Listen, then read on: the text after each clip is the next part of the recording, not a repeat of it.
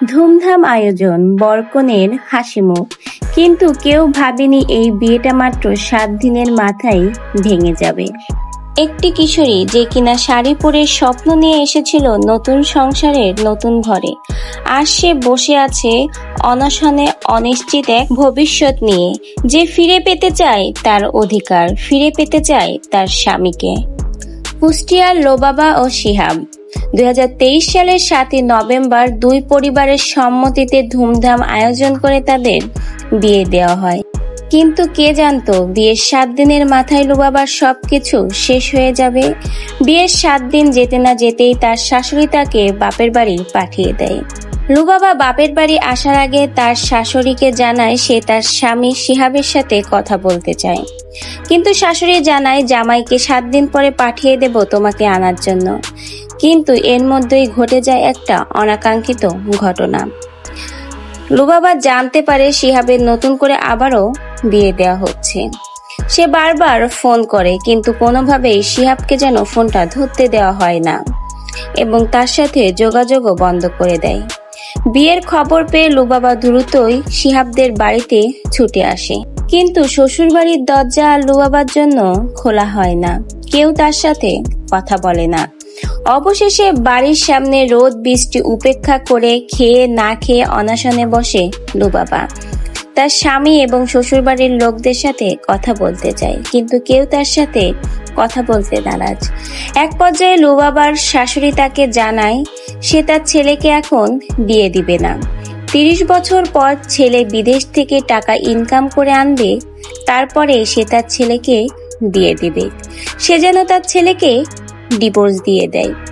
তা না হলে 5 বছর অপেক্ষা করে 5 বছর পর শিহাবকে ডিভোর্স দিয়ে যেন নতুনভাবে বিয়ে করে লুবাবা। কিন্তু লুবাবার একটাই কথা, সে শিহাবের সাথেই সংসার করবে, সে শিহাবকে নিয়েই থাকবে। কিন্তু তার এই কথা শোনার মতো কেউ নেই। লুবাবার পরিবারও এতে অসন্তুষ্ট প্রকাশ করেছে। তারাও ক্ষোভ প্রকাশ করেছে হঠাৎ করেই এই ঘটনাটা ঘটার কি কারণ। তারা তো ধুমধাম করে দুই পরিবারের সম্মতিতেই বিয়ে করিয়েছিল, তাহলে হঠাৎ কেন তাদের এই আপত্তি? নতুন করে কেন আবার ছেলের বিয়ের ব্যবস্থা করা হচ্ছে, যেখানে তার একটা স্ত্রী রয়েছে? বিয়ের মাত্র 7 দিনের মাথায় এই অনাকাঙ্ক্ষিত ঘটনায় পরিবার সহ সকলেই যেন ভেঙে পড়েছে। লুবাবা এখনো অপেক্ষায় রয়েছে তার স্বামী শিহাবের সাথে দেখা করা এবং কথা বলার আশায়। সমাজের কিছু কিছু শাশুড়ি রয়েছে যারা কেবলমাত্র তাদের সন্তানের ভালোটাই বোঝে, কিন্তু তার সন্তানের বিয়ের পরে যে তার সন্তানের সাথে অন্য একটা মেয়ের ভবিষ্যৎ জড়িয়ে থাকে, সুখ দুঃখ সবকিছু জড়িয়ে থাকে, সেটা হয়তো সেই সকল মারা কখনোই বোঝে না। কিন্তু সেই সকল মা শাশুড়িদের বোঝা উচিত সেও একদিন কোনো না কোনো ঘরের বউ হয়ে এসেছিল। এই সকল কিছু কিছু শাশুড়িদের জন্য সকল শাশুড়িদের উপরেই কিন্তু বউয়েদের একটা ক্ষোভ জমেছে। সকল শাশুড়িরাই কিন্তু খারাপ নয়, কিছু কিছু শাশুড়িদের জন্য আজকে সমাজের সকল শাশুড়িদের উপর কিন্তু এই অভিযোগটা উঠছে। যেমন পলাশ সাহা তার ছেলে পলাশ এবং সুস্মিতার সাথে যে ঘটনাটা ঘটিয়েছিল, তার জন্যই কিন্তু আজকে পলাশ সাহা তার মায়ের কোল থেকে চলে গেছে।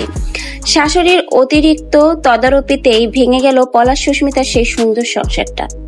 তো ভিউয়ার্স, এই বিষয়ে আপনাদের কি মন্তব্য? শাশুড়ি মা যে লুবাবার সাথে যে কাজটা করছে সেটা কি আদৌ সে ঠিক করছে? বিয়ের 7 দিনের মাথায় এভাবে একটা মেয়েকে তার বাপের বাড়ি পাঠিয়ে দিয়ে সেই মেয়ের অগোচরে তার স্বামীকে আবার নতুন করে বিয়ে দেওয়ার ব্যবস্থা করাকে আপনার কাছে কি সঠিক মনে হয়? অবশ্যই আপনার মূল্যবান মন্তব্য কমেন্টে জানিয়ে যাবেন। নতুন ভিডিওর আপডেট পেতে চ্যানেলটিকে সাবস্ক্রাইব করে পাশে থাকবেন। ধন্যবাদ।